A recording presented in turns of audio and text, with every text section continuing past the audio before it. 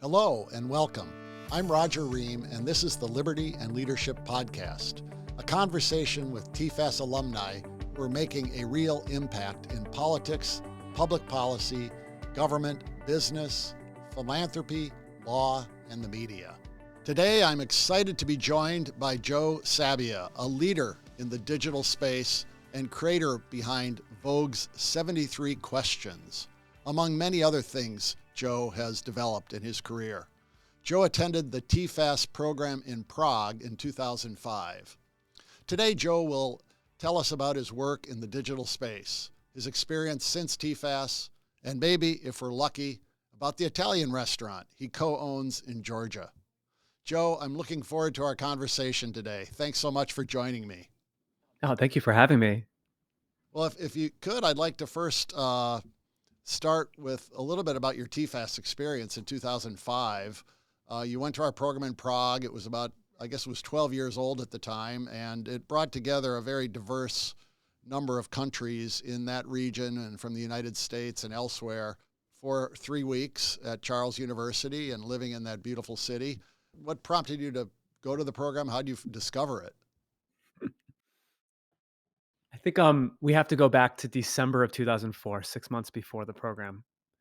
I'm in the study abroad office at Boston College, about to go in to talk about the next 4 months living in Italy. And for me, I had chose the spring semester to go abroad. I was kind of excited, but that term of study abroad went from February to June.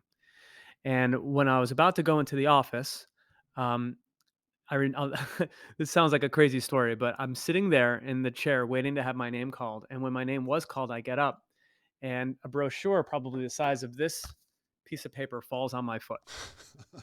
And I look down, and it says, "Your summer in Prague." And I put 2 and 2 together, and I said, "Well, I don't have plans after Italy." I was planning on probably going back and just working over the summer, but if I extended my stay just a little bit, then this is one heck of a reason to stay in Europe. So I opened up the pamphlet, 3 weeks, all of July.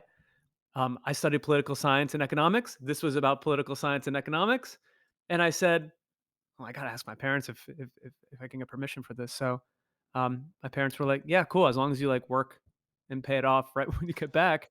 But that was the reason why. It just the brochure fell on my foot. So I applied, I got in, and I found myself on a train from Rome, Italy, arriving in Prague on July 7th. And the rest is history. Yeah, and you made the most of that experience from what I've heard from you and from our team that was over there. What we really love it is for the American students to take advantage of the opportunity to really engage with students from all these other countries. And tell me about that experience. It was really special because I had gone from 4 months living in a house where I was pretty much the only American surrounded by 15 Italians who didn't speak English. And I was really out of my comfort zone those 4 months. I loved it because I learned the language. I loved it because I felt out of my comfort zone. But it was a different type of being out of the comfort zone that I experienced in Prague because there was only a dozen Americans surrounded by 130 Eastern Europeans.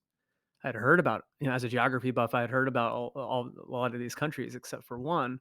One country I think out of all of them I haven't heard of was the country of Georgia.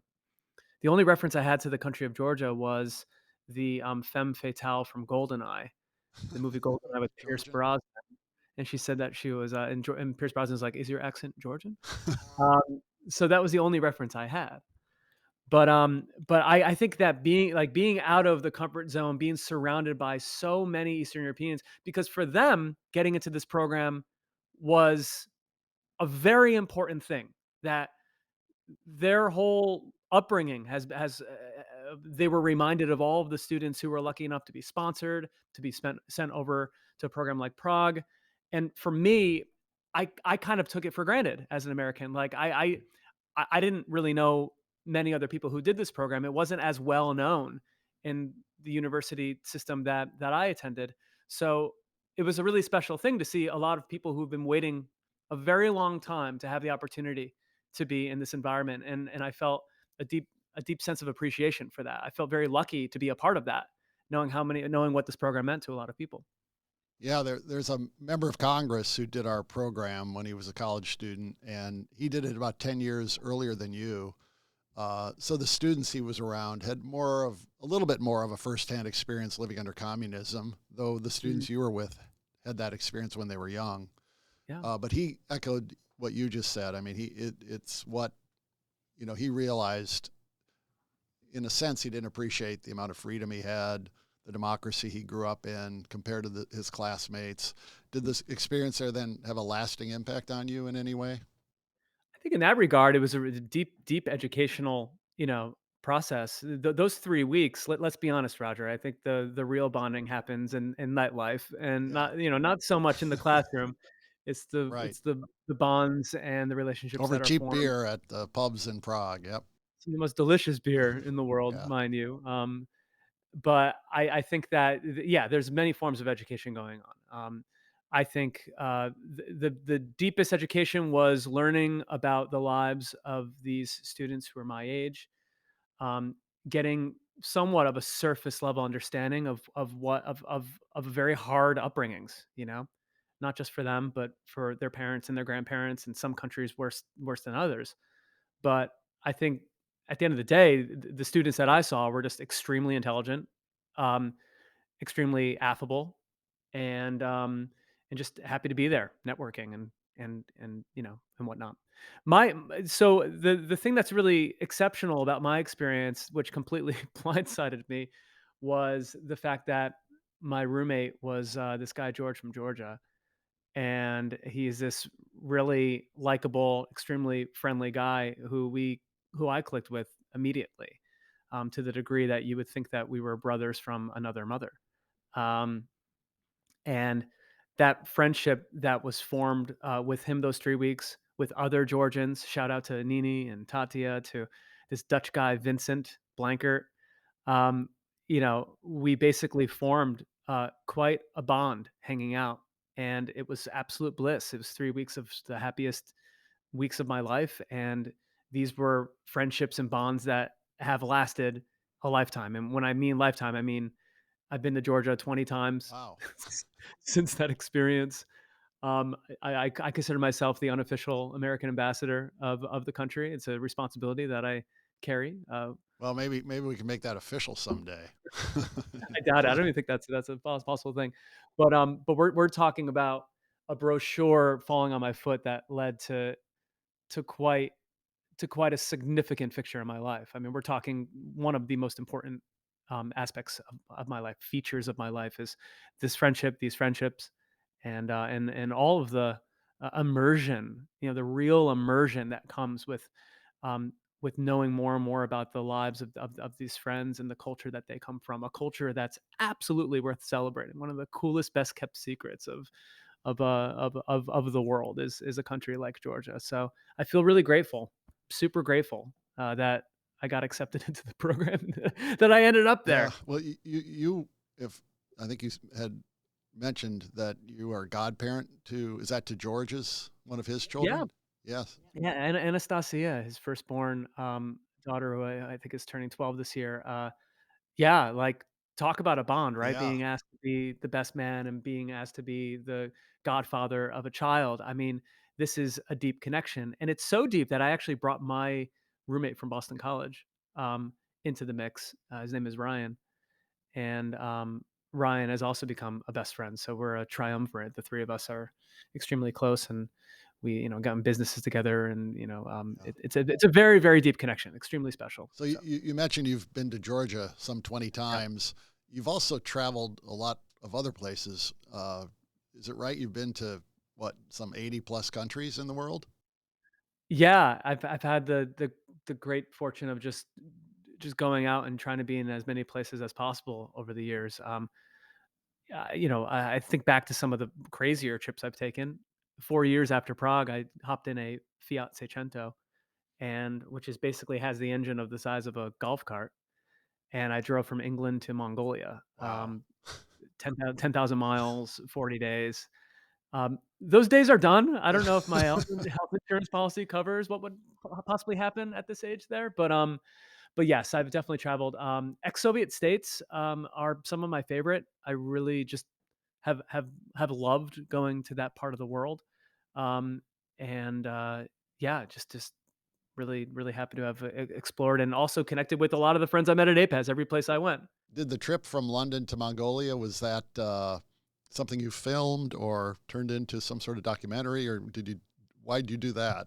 Just for I fun? don't know.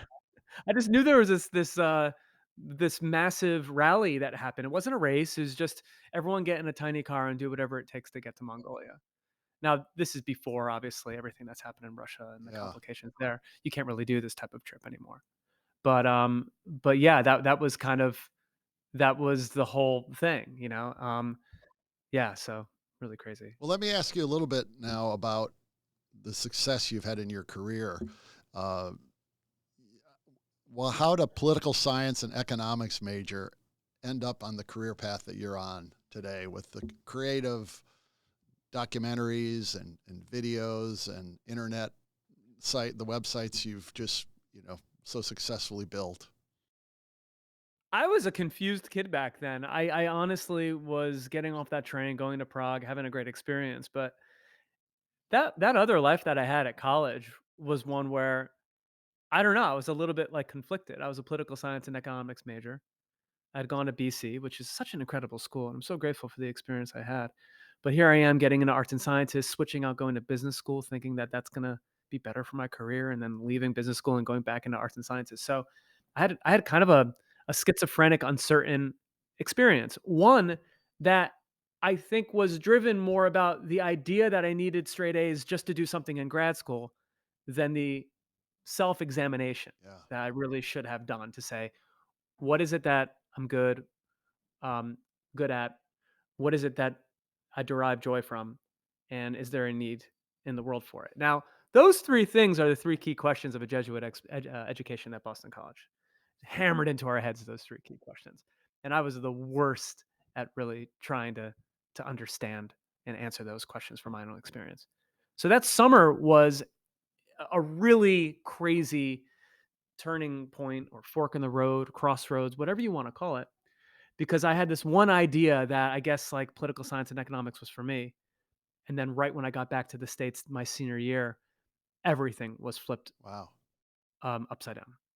I realized that my calling was entertainment and video work, picking up my dad's camera, shooting things that with zero budget that had an impact at least sufficient enough to make me realize that I can do it for a living. So my senior year was one where I created this web show, and this web show was a spoof of the TV show The OC. It was starring a Jesuit priest. They called in people like Tim Russert, you know, because his son went there to make cameos, and Doug Flutie made cameos as well. Wow.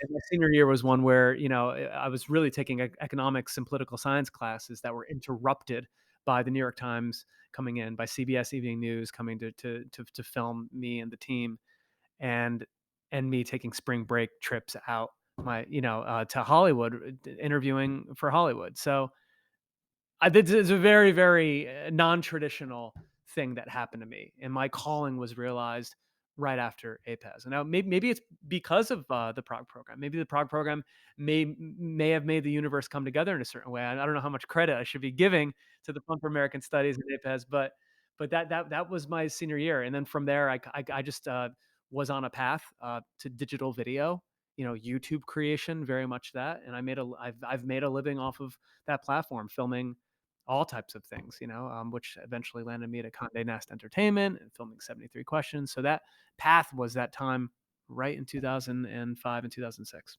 Well, let's talk for a minute about 73 questions, since some people listening to this may not know what that is. I'll just describe it as a opportunity for you to meet with a famous person, a celebrity of some sort, and pose 73 questions to them, often in their home, maybe not, I guess not ours. Uh, and it caught on like wildfire. I mean, you go to any of those interviews and they have, 18, 20, 30 million views. It's really remarkable. Uh, Describe it maybe better than I did, and kind of what led you to create that program. I mean, that was a perfect description. It's pretty self-explanatory. I go to someone's home and I ask them 73 questions. During that time in 2014, I was a digital creator, making all sorts of YouTube videos, and many of which would kind of go viral. And I was known for just having uh, just kind of out there, out of the box concepts and ideas that I was, for the most part, doing myself. And an opportunity came up to do something with Sarah Jessica Parker where they said, Joe, you're a YouTube creator. We don't want a traditional filmmaker. We don't want a traditional fashion photographer. We kind of want you to throw your hat in the ring to come up with a great idea of what you would do in the first time ever being in Sarah Jessica Parker's home. So at that time, I was all about one take videos. I was doing so much of that. So I said, how about in one take, I'm basically going in and asking her an absurd amount of questions, like, 100, and which ended up getting trimmed down to 73. So my buddy at the time, Vince Pione, said, "Well, what if she's looking at the camera as if the camera is you?" And that ended up turning this into a format where the camera is me, you hear my voice, and I'm going around, and the celebrity is looking at the camera as if they're looking at me, as if they're looking at you if you're watching the video, and they're answering 73 questions in rapid speed. So this was the first thing that we did for Vogue. Sarah Jessica Parker kicked it off. And then I remember going back in the office being like, do it again, do it again. So Condé Nast Entertainment and Vogue ended up doing it again. And then it's turned into over 80 times over the past 8 years. So it just, And was 73 just kind of random number? yeah, it's just, 100 was too many because it was in one take. Yeah. So we trimmed it down to 73. I Googled it and it was a prime number, had good search engine optimization. So I mean, the first question that occurred to me watching these is why do this how do you get the celebrities to agree to this? Is it, I mean, they're all so famous to begin with. They don't need more publicity. yeah, Maybe you'll tell me you paid them all $25,000 or $1,000 yeah, a question, but it was 30,000. No, I'm kidding. but I Yeah. kind of wondered, what you've had just the top of stars from Hollywood. You've had, Roger Federer from the world of Yeah. tennis, which is something they're willing to do. Yeah, pretty much. I mean, the entertainment space, I mean, for anyone who paid attention to maybe the early like 2010, 11, 12, 13, 14, for the most part, when you think about like a famous person, you only saw them in a few modes. You would see them on a red carpet at an event and someone's asking them about what they're wearing. You'd see them on Jimmy Fallon, and for the most part, or like Jay Leno, where there's this late night host asking them kind of mundane questions. Or you would see them, if you've ever seen the movie junket posters, where they're answering questions from Access Hollywood, talking about the experience with the movie posters behind them. So at the same time, social media was rising, and social media was providing a link for actors and actresses and musicians to have a direct link with their audience, athletes as well. But the idea that you can authentically capture a celebrity as themselves, not in these outdated modes that I just mentioned, was kind of a new concept. Sure. So Yeah. for a publisher like Vogue, who for many, many years was the best in the world at doing the whole photo on the cover, maybe a behind the scenes video where they're talking about um, an experience working on a movie where there's like, cutaways of them like getting photographed. It was a very like magazine approach to video. So to do something as random and conceptual and strange and interesting as go in the home where the interviewer is the camera and you're asking rapid fire questions and they need to pull off something as difficult as that was an example of one of the first ever times where celebrities were being asked to do things that were very out of the norm. And Roger, I don't know if you're a fan of a show called Hot Ones, but celebrities eating hot wings in increasingly hot order is another example around that time of platforms realizing if you have a celebrity, do something fun with them, do something interesting. Yeah. And that's what kicked off my career working full time at Condé Nast Entertainment, where we developed hundreds of these formats. Where if you have 15 minutes with a celebrity promoting something, you might as well do something fun with them. If anyone wants to watch those interviews, they're all linked at joesabia.com. Is that right? Yeah, you go to joesabia.co. It's on Vogue. You can kind of see my portfolio on my personal site of just all the strange things I've done over the years on the internet. And Are you a big internet video watcher, Roger? I You wouldn't mentioned describe 73 myself as a questions. big one, but I watch some TED. I've seen a few dozen of TED videos that have been useful ones to me. I get directed to them by people I know, my children and Yeah. others. But I'd say I'd watch 73 Questions more than any other videos on. And I've watched you. And before this, I guess you did this Sopranos video that went viral. Is that right? Yeah, back in 2007, I got a job at HBO because of that web show I just mentioned, and I was a full-time employee of HBO, and I was more interested in kind of doing these very experimental, like, remixes where I would take footage when I really shouldn't have, and chopping it all together and doing things like recapping everything that happened in The Sopranos, and I thought that I was doing a public service because the final season was coming up, so if people were able to watch my recap of everything that happened, then they were all caught up for the final season, so me and my roommate Paul kind of chopped together a recap, and HBO didn't know about it because if they did, then they would have been really pissed. Because back then, like the idea of taking all the footage and spoiling everything that happened was unheard of. So my boss at the time, Fran Shea, who's a mentor of mine now, said, "Look, I'm not going to tell you not to do it, but if you do, don't put your name on it because you're the one who works at HBO." So I put the recap out, and it went viral. It was in the New York Times. Again, I found myself in the New York Times twice in the past, in 1 year. And then I realized, wow, I have a knack for doing offbeat viral video work. So I kind of just ended up leaving HBO and I just did that for many years, just making strange things that went viral on the internet. And that's pretty much where I come from. Now, when's the last time you did a 73 Questions interview? No, so I left Condé Nast Entertainment 2 years ago to start my own studio, Yeah. my own company. But 73 Questions keeps going. Okay. I just did Anna Wintour for the Oh, second right, time in an right. interview. I did Jennifer Lawrence before Yeah. that. Dua Lipa, Adele. So I think we're trying to focus now more on real A-list massive names versus maybe up and coming, you know, celebrities. So yeah, so it happens maybe I don't know, like 3 or 4 times a year. Roger Federer, though, you mentioned Roger. Yeah, From that one Roger to another. as a fan of tennis, that he's just top of my list of tennis Yeah, players, and you did a amazing one. It was at Wimbledon of all places, great. and Love that guy. yeah, how do you arrange something like that? I mean, you just get in touch with his people and ask him if you can do it, and he agreed. People have this idea that I'm doing the outreach or I'm hanging out with all these celebrities. It's a very kind of it's very systematic in the way that these bookings happen. There's a couple ways, for Vogue to have someone on the cover. Hmm. There's an interview, there's a photo session, and then some of them or many of them will go and do a 73 questions interview because it's tied to the booking. Then other times there are people who Anna Wintour, the editor in chief of Vogue, there are people who she just really admires, who she's friends with, who she would love to have shine in a format like this. And Roger Federer represents like an example of that, where Anna has been friends with him for a very long time, and Anna, I think, pulled the strings and said, "Roger, you should do this interview. Joe should go out to Wimbledon right before you play and do it." So Roger obliged. Who can turn that down? I show up and Roger's the first ever celebrity I interviewed who gave me a massive hug when he met me. He's like, "Joe, good to see you." And I'm like, "Oh God, this guy's the real deal." He seemed to just thoroughly enjoy the interview. He had a smile on his face the whole time, and Yeah, and well, everyone's like, "Who's your favorite? Who's your favorite?" yeah. That's the number one question I get, and I often say Roger Federer. Like that was my favorite interview. If you watch it, it's super natural. It's super amazing, and he's just such a great guy. What you see is what you get with someone like him. He's just a great guy. Do you find that's the case with most of the celebrities you interview, or do you kind of get a sense when you interview someone that whether the person's kind of real or not?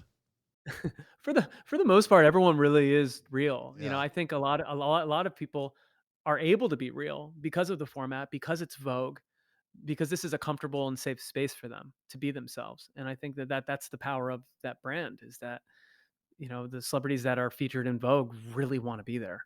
This is not an obligation. So I think a lot of the experiences I've had with celebrities is that they're just happy to be there. They're happy to be in the club of 73 questions, of being on a cover of Vogue. Of course, there's some off days for certain people, of course, sure.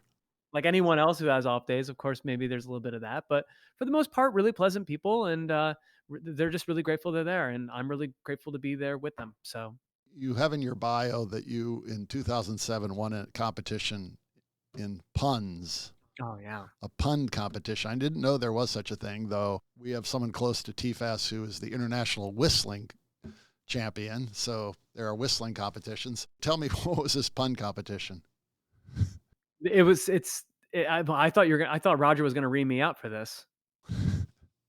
Sorry, that was a Okay. bad joke. I was going to ask you to make a pun about Prague or something, but about the Prague program or Charles University. Well, it's But actually funny you mentioned that because I've always known that I've had a proclivity for puns. I'm always punning, and I ended up going to the international pun championships in Texas in 2007, 2 years after the Prague yeah. program, and I ended up winning because I did the U.S. presidents as puns. Oh, So this is up your alley, Roger. yeah. Just a bun all the US presidents as puns. George was washing tons of clothes with saliva he was spitting. Miller didn't fill more food in the dish for an already starving kitten. Zachary didn't bring my suit to the tailor like I asked him to. Franklin pierced his ears. William and Howard got tattoos. All right. Right. Corny. So I ended up winning. But you would realize that like we did so as you know, Roger, there's these country presentations Yes, in in Prague Prague. Yes. where we have a massive dinner, everyone drinks a little bit more than they should, and everyone has their opportunity to represent their country with what they're wearing, with the music that's playing, with any sort of presentation. And that was one of my favorite nights. Yeah. So I remember I remember uh Ilkin from Uzbekistan and Vincent from Netherlands decided to team up, and we came up with this routine where we all worked together and we all helped write it, where they came out and we took Tupac Shakur song, California knows how to party, California knows how to party. And we changed the lyrics to Netherbekistan knows how to party, Netherbekistan knows how to party. So I think that was the first time at Prague that two people from two countries came out representing one country as a pun to the song of Tupac Shakur's California. I So think that goes down in the annals as the first time. That's right. I'm sure you're very proud about the creativity that came out of that. Yeah, I wish is there a video of you winning the pun competition in Yeah, Texas? Is that on there is. that's on If you go YouTube? to, All right, it's on well, YouTube. I'm gonna have to look that up. I love your description of the three things you kind of faced your senior year at BC, trying to determine what you're good at, what you're passionate about, what you derive joy from, and where there's a need in the world. I don't know if I've captured all three very well, but Yeah, that's right. that's sound advice to give to students today attending our programs. Kind of what advice would you give them as they? I mean, I'll tell you this, Joe. This summer, I thought we had among the most serious students we've ever had. They were in Washington to kick the tires on careers, to try to figure out what direction to take in their life. We do offer them a lot of career counseling type of things during the course of the summer. But what advice would you offer them? I think that helps to ask questions like that for sure. I mean, the older I get, the more I look back at that time in life, and I mean, to so much of a degree, I didn't really know much back then. I mean, I guess that's how it goes, right? You get older and you look back at youth, and you're like, "Wow, I'm just a kid. I mean, what do I know?" And Yeah, so your advice would be listen to old people and what they tell you, which we'll yes, never do. listen to CEOs named Roger. No, I think that there's such a I the other day I was across from my really good friend who just left his job, and he's kind of like, well, I'm trying to figure out what I'm going to do next, like where I'm going to go, what I want to be doing. And we got into this conversation where it was a reminder that sometimes it's maybe more important to ask the question, well, who do you want to be around? Maybe from like like who do you want to learn from? But also too, like what types of people do you want to be spending your the precious hours of your life with? Because sometimes you can derive a sense of mission for what you're doing or what you want to be doing, like technically, or what you want to be wrapping your mind around that it's easier to kind of figure that out sometimes when you're simply around people you enjoy being around. Because I can tell you one thing, if you're around people you hate being around, it's going to really muddle and confuse the process of figuring out what you want to be spending your brain power on in your life. So that's something I'm all about right now. It's like I'm at this point where I left Condé Nast Entertainment and I have my own company. And the beauty of having my own company for me is that I'm able to kind of curate and choose the people who I want in my life from a professional standpoint. But what does that mean for anyone else in any other position, especially if you're a 20-year-old from any country doing APES, you have this beautiful opportunity to kind of be exposed to all these other personalities out there from a regional, from an international standpoint. It's formative because you're probably going to be 20, 21 years old. So, what lessons can you derive from simply being around people who mean a lot to you, who inspire you? Because that's also a mirror holding up to who you are as a person. Because during those years, it's just so important to really figure out what your character is and what your values are, and I think that a lot of that is found in other people, and spending time with other people who you want to spend time with. So that's kind of my first reaction to that. What do you think? That's no, I think that's great advice. And having now been at the Fund for American Studies for as long as I have, and we just came off of recently a all staff retreat where we took all close to 40 people off site for a day and a half, and I just sat there looking around the room saying, we just have a great team right now. It's people I Mm, like being around. They're dedicated to our mission. They're working hard. They seem very passionate about what we do. That's so important, and there have always been times, in my career where I've, been around some people where it's not pleasant to be around them. And you have to make a change sometimes. But that's a good way to look at it, I think, in terms of just a career too, because, you're going to be probably around good people in almost any job you take, any industry you go to. But, you know, I'm sure if you decide you want to be an investment banker, you're around different people than if you want to be an accountant or want to go into the kinds of creative work you're doing or into nonprofit work, charitable work. They attract different types of people. So I like that advice. There's also a bit of just, just try things. Like you really should be trying a lot of things. It's sometimes more important to find what you hate doing rather than find what you love, because by the practice of finding all the things you hate doing, it lands you in a place where you find what you love doing by a process of elimination. So it's just super important that you're experimenting, that you're trying. I think for a lot of individuals, following the the path from which would come from the Fund for American Studies or APES, is that for many of them, they really do stick to either a governmental, or political, economic, or policy driven path. Because if they're at a program like APES, they're probably already interested in things that may have a more global, interconnected, or policy driven um, fingerprint. But um, but one thing that I think about a lot, and is, as an American, I think we're super fortunate in knowing that whatever path we take, we're probably, for the most part, going to do it in America, and we never have to be torn about doing it anywhere else. Now, granted, there's tons of exceptions to that, but the thing that's interesting about meeting so many of these talented individuals from developing countries is that for many of them, it's a really difficult process. Do you leave the country you're from, or do you feel a responsibility to stay in the country you're from to help develop those countries? And I had an awareness of how difficult that decision can be for some people, and it's just a very interesting thing that my eyes were open to. And I don't know what your view is on that, but that's got to be difficult. It's got to be difficult not knowing to leave the developing country you're from or to stick around. Yeah, I was hired by the board of TFAS, and right after I was hired, because of all the changes taking place in Eastern Central Europe, the Berlin Wall coming down a few years before that, Soviet Union breaking up, I was tasked with working with some board members to go to Prague and with our now chairman Randy Teague to develop a program in Eastern Central Europe for students there, because we were getting so many applications coming in for the DC programs, and there just wasn't the funding to bring them all to Washington.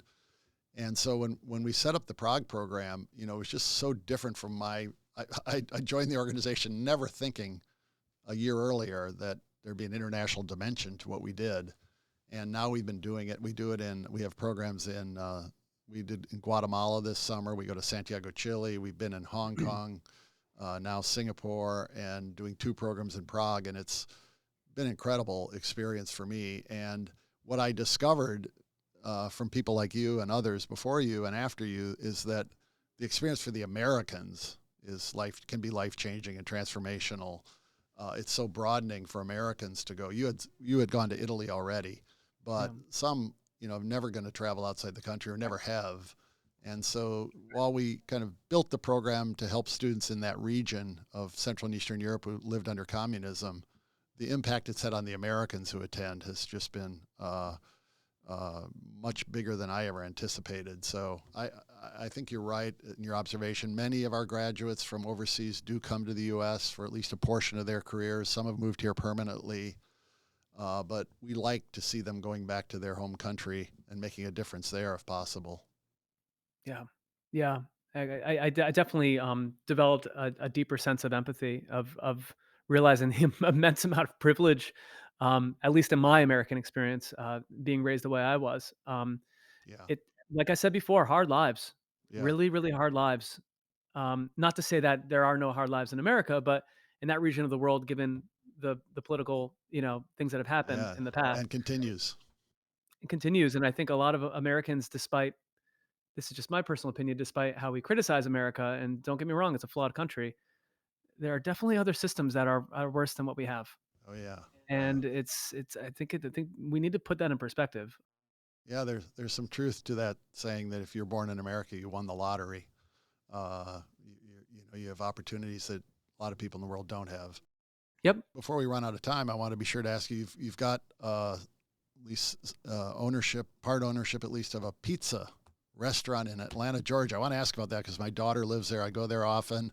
Tell No, me. Roger, I'm sorry to interrupt, but it's Tbilisi, Georgia. Oh, it is Tbilisi. Yes. Oh, So there's nothing in my life that involves okay. I the was American confused state of about Georgia. that. You're in Georgia, Georgia. Okay. I am so Georgian that everything that relates to Georgia has to do with the country and nothing with the American state. So, Okay.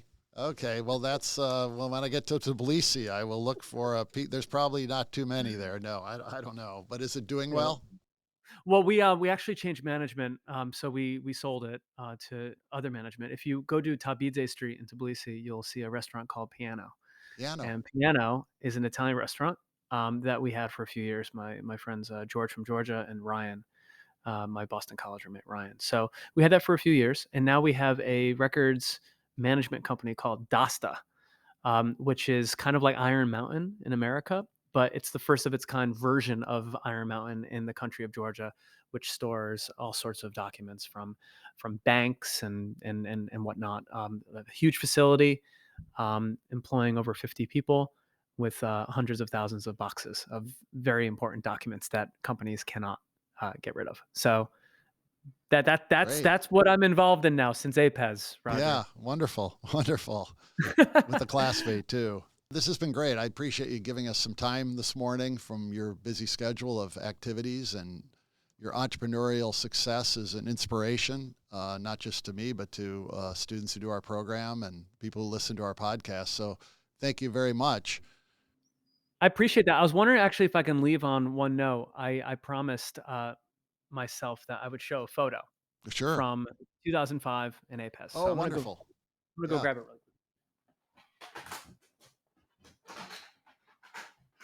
I'm looking forward to seeing this photo. I should have done it before. I didn't, but here you go. As long as it's Now I found it. okay. I thought maybe, So yeah, go ahead. so there is one day in the 3 weeks in Prague where they let the students just do whatever they want. It's a free day. They're not obligated to do anything APES related or anything classroom related. So the five of us, five friends, newly formed friends, decided to go out to Pilsen, which is in the countryside of Czech Republic, and to do some skydiving. So, Skydiving. Wow. yep, yep. I'm not sure if any of the That's faculty were probably, aware of this. yeah, no, that's beyond what any other students have done with their free day. So this is a photo of um, George from Georgia, Vincent from Holland, and then there's me. Now the two of them are jumping at the same time, and I'm not. So So I they, definitely they, look. they weren't 7'3". Yeah, I mean, Holland is known for having extremely tall people, and George is tall himself, but these guys are not that much taller than me. So this was one of the best days of my life, and I want to thank you for ushering in a program that can have that impact on me, because it has meant a tremendous amount in my life. And shout out to Matt Kwazaborski also, who ran the APES Longtime program. I staff want to make sure director there. Yeah. I mention his name as well. So deeply grateful, Roger, and happy to be here, and anything I can do to support the program. Yeah, let me Well, know. maybe we can bring you in for produce a video for us that we can use to recruit students or something. Let's do it. Yeah, I'm ready. good. Well, thank you. My guest today has been Joe Sabia, accomplished entrepreneur, creative genius, documentary filmmaker, and many other things. Alum of our Prague program in 2005. Thanks for being with us today, Joe. You got it, Roger. Thanks so much. Thank you for listening to the Liberty and Leadership Podcast. Please don't forget to subscribe, download, like, or share the show on Apple, Spotify, or YouTube, or wherever you listen to your podcasts. If you like this episode, I ask you to rate and review it. And if you have a comment or question for the show, please drop us an email at podcast@tfas.org. The Liberty and Leadership Podcast is produced at K Global Studios in Washington, D.C. I'm your host, Roger Ream, and until next time, show courage in things large and small.